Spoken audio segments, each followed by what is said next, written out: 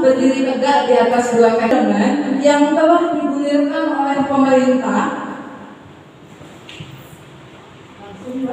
Nah, karena produk yang kita hasilkan itu harus aman, ya, harus aman. Jadi keamanan pangan adalah suatu kondisi dan upaya yang diperlukan untuk mencegah pangan dari kemungkinan cemaran biologi, kimia, dan fisik yang dapat mengganggu ataupun merugikan dan membahayakan kesehatan manusia. Artinya produk yang kita hasilkan harus aman, harus bebas dari cemaran biologi, kimia maupun fisiknya. Undang Nomor 36 Tahun 2019 itu tentang kesehatan. Kemudian Undang-Undang Nomor 18 Tahun 2012 tentang pangan. Undang-Undang Nomor 23 Tahun 2014 tentang pemerintahan daerah, ada peraturan presiden ini nomor 69 tahun 99 tentang label dan iklan pangan. Ini nanti ada kaitannya juga karena kita sudah berizin terus ada labelnya. Kemudian ada PP nomor 28 tahun 2004 itu tentang keamanan, ada keamanan mutunya, kemudian dan gizi pangannya. Ini lengkap. Kemudian ada PP lagi nomor 24 tahun 2018 tentang pelayanan perizinan berusaha terintegrasi secara elektronik. Insya Allah nanti akan diselenggarakan pelatihannya juga Pak ya. Kemudian makanan minuman harus sesuai standar dan atau yang dipersyaratkan oleh kesehatan. Makanan dan minuman harus sesuai dengan standar. Oke, kita balik lagi adalah aman seperti yang di depan tadi. Kemudian pada pasal 111.2 makanan dan minuman harus mendapat keamanan pangan seperti yang saat ini kita lakukan. Ini adalah tahapannya. Semoga nanti setelah kita selesai kegiatan ini, kemudian Ibu bisa berizin sehingga kita sudah memenuhi syarat yang di pasal 111.2 ini.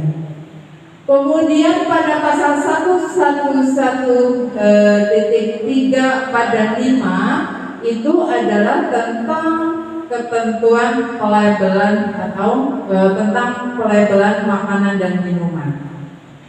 Itu tentang label seperti tadi bahwa kita nggak boleh bohong, label kita harus sesuai dengan yang memang kita buat itu mengandung apa saja itu ada di dalamnya. Kemudian pada pasal 110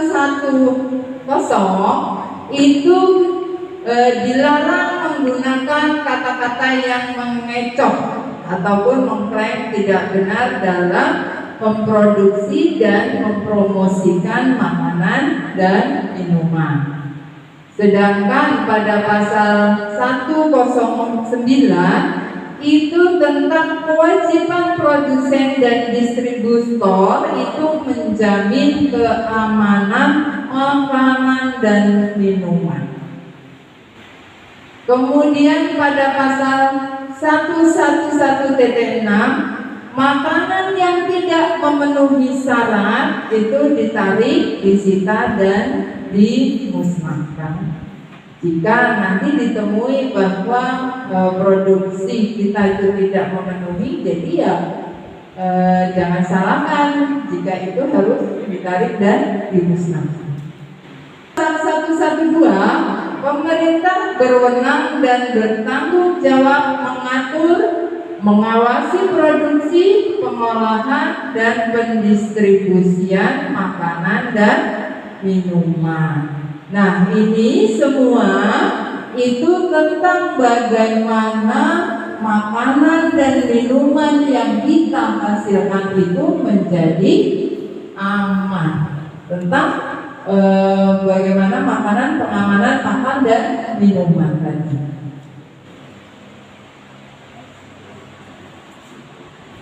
Kemudian pada Undang-Undang Nomor 18 Tahun 2012 tentang pangan, yaitu pada pasal 5 itu pengaturan keamanan pangan, label dan iklan pangan, pengawasan sistem informasi pangan. Ada nggak tadi di pretextnya, Pak? Ada? Ada apa tidak? Kemudian di pasal 42 itu tentang penganekaragaman pangan. Bagaimana penguatan UMKM di bidang pangan, kemudian pengembangan industri pangan yang berbasis pangan lokal. Kemudian masih tentang keamanan pangan pada pasal 67 tentang keamanan pangan sebagai bentuk upaya kesehatan, karena pangan hakikatnya adalah suatu zat yang kita makan yang fungsinya adalah sebagai zat pengatur pembangun di dalam tubuh kita untuk kesehatan kita. Jadi semoga apa yang kita hasilkan ini membawa manfaat buat kita. Kemudian masih tentang keamanan pangan pada pasal 68, yaitu tentang jaminan penyelenggaraan keamanan pangan. Pemerintah menetapkan NSPK. Pemerintah dan Pemda pembina mengawasi pelaksanaan NSPK tersebut. Kemudian masih dengan penyelenggaraan keamanan pangan pada pasal 69 tentang sanitasi pangan, ini pada pasal 70 sampai 72. Kemudian tentang pengaturan bahan tambahan pangan, ini pada PP nomor 28 tahun 2004 tentang keamanan dan mutu serta gizi pangan. Pengawasan dan pembinaannya yaitu pada pasal 42 sampai dengan 51. Ini pangan wajib memiliki izin edar. Ini bisa dari PIRT, bisa juga dari Badan POM, tergantung produksi yang dihasilkan. Kemudian pangan olahan ini bisa ada IRTP, kemudian sertifikat produksi industri rumah tangga ini diterbitkan oleh bupati ataupun wali kota. Ditingkatkan daya saing IRTP melalui pemenuhan persyaratan bertahap aspek keamanan pangan. Ini produksi industri rumah tangga ini harus aman, harus bermutu, harus bergizi, beragam, kemudian tersedia cukup. Nah, inilah yang menjadi tantangan kita bersama. Kondisi industri rumah tangga di Indonesia, kekuatannya jumlah UMKM di 34 provinsi sekitar 43.875 IRTP. Ini berdasarkan dari Simada tahun 2018. Banyak. Nanti kalau kita sudah berizin ini bisa nambah lagi, berarti dari angka 43.000. Kemudian menyerap tenaga kerja informal. Ini biasanya kita mempekerjakan kan orang-orang di sekitar kita dulu ya. Kemudian menyerap hasil pertanian, memenuhi kebutuhan dalam negeri. Nah, peluangnya dukungan regulasi Undang-Undang Nomor 18 Tahun 2012 tentang pangan pada pasal 42, yaitu penganekaragaman pangan itu sudah diatur. Jadi macamnya itu apa saja? Itu pada Undang-Undang Nomor 18 Tahun 2012 tentang pangan tadi pada pasal 42. Kemudian fasilitasi dana pengembangan usaha untuk UMKM dari Kementerian UMKM sendiri, termasuk dalam kebijakan nasional, dan ini pun menjadi prioritas penanggulangan kemiskinan, pemperluasan akses UMKM dan operasi. Jadi kita cukup aplus dengan organisasi Muhammadiyah yang begitu memperhatikan anggotanya bagaimana kita supaya bisa bersaing meningkatkan ekonomi tersebut. Belum selesai.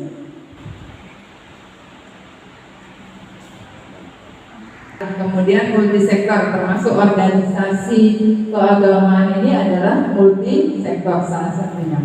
Sedangkan yang menjadi kekurangannya adalah komplain antara produk terhadap peraturan, komplain antara sarana IRTP terhadap CPBB IRT-nya, ada kurangnya modal, pemasarannya yang masih kurang dapat dukungan, kemudian belum ada database IRTP-nya, kemudian SDM pembina dan pengawas IRTP ini masih kurang, kemudian masih desentralisasi. Ini yang menjadi kekurangan kita. Kemudian ancamannya adalah MEA, pemenuhan persyaratan semakin meningkat. IRTP, jadi pelaku usaha kemudian dengan pemerintah, pelaku usahanya ini modal dan pemasarannya masih belum mendapat dukungan, pengetahuan yang masih kurang, kemudian ketelusuran dokumen kita ini masih belum lengkap, produk komplainnya. Kemudian dari pemerintah ini overlapping dengan instansi lain, regulasi ataupun pengetahuan pengawasan yang tidak up to date juga, dana untuk percontohan yang masih kurangnya di anggaran, kemudian SDM yang sudah dilatih nanti pindah gitu. Jadi ini juga menjadi kekurangan di tingkat pemerintah. Kemudian pembagian peran ini pada Undang-Undang Nomor 23 Tahun 2014 tentang pemerintahan daerah. Ini next saja. Jadi ringkasannya adalah pangan yang dikonsumsi manusia itu harus aman, harus bermutu dan bergizi. Ini kita tidak bisa mengabaikan dari aman, bermutu dan bergizi. Ini wajib. Kemudian IRTP merupakan pelaku usaha UMKM yang berkontribusi maksimal dalam pemenuhan kebutuhan nasional dan lokal. Kemudian terkait dengan keamanan pangan ataupun IRTP perlu kerjasama trilateral antara pelaku usaha, masyarakat serta pemerintah. Kemudian peningkatan peran tenaga kesehatan di Dinas Kesehatan Kabupaten Kota dalam melaksanakan kewenangan dokumen, kemudian tentang penerbitan sertifikat IRTP, pengawasan pos marketnya, kemudian produk IRTP-nya dalam rangka memenuhi pangan yang aman, bermutu dan bergizi. Aman, bermutu. Terima kasih, saya akhiri. Assalamualaikum warahmatullahi wabarakatuh.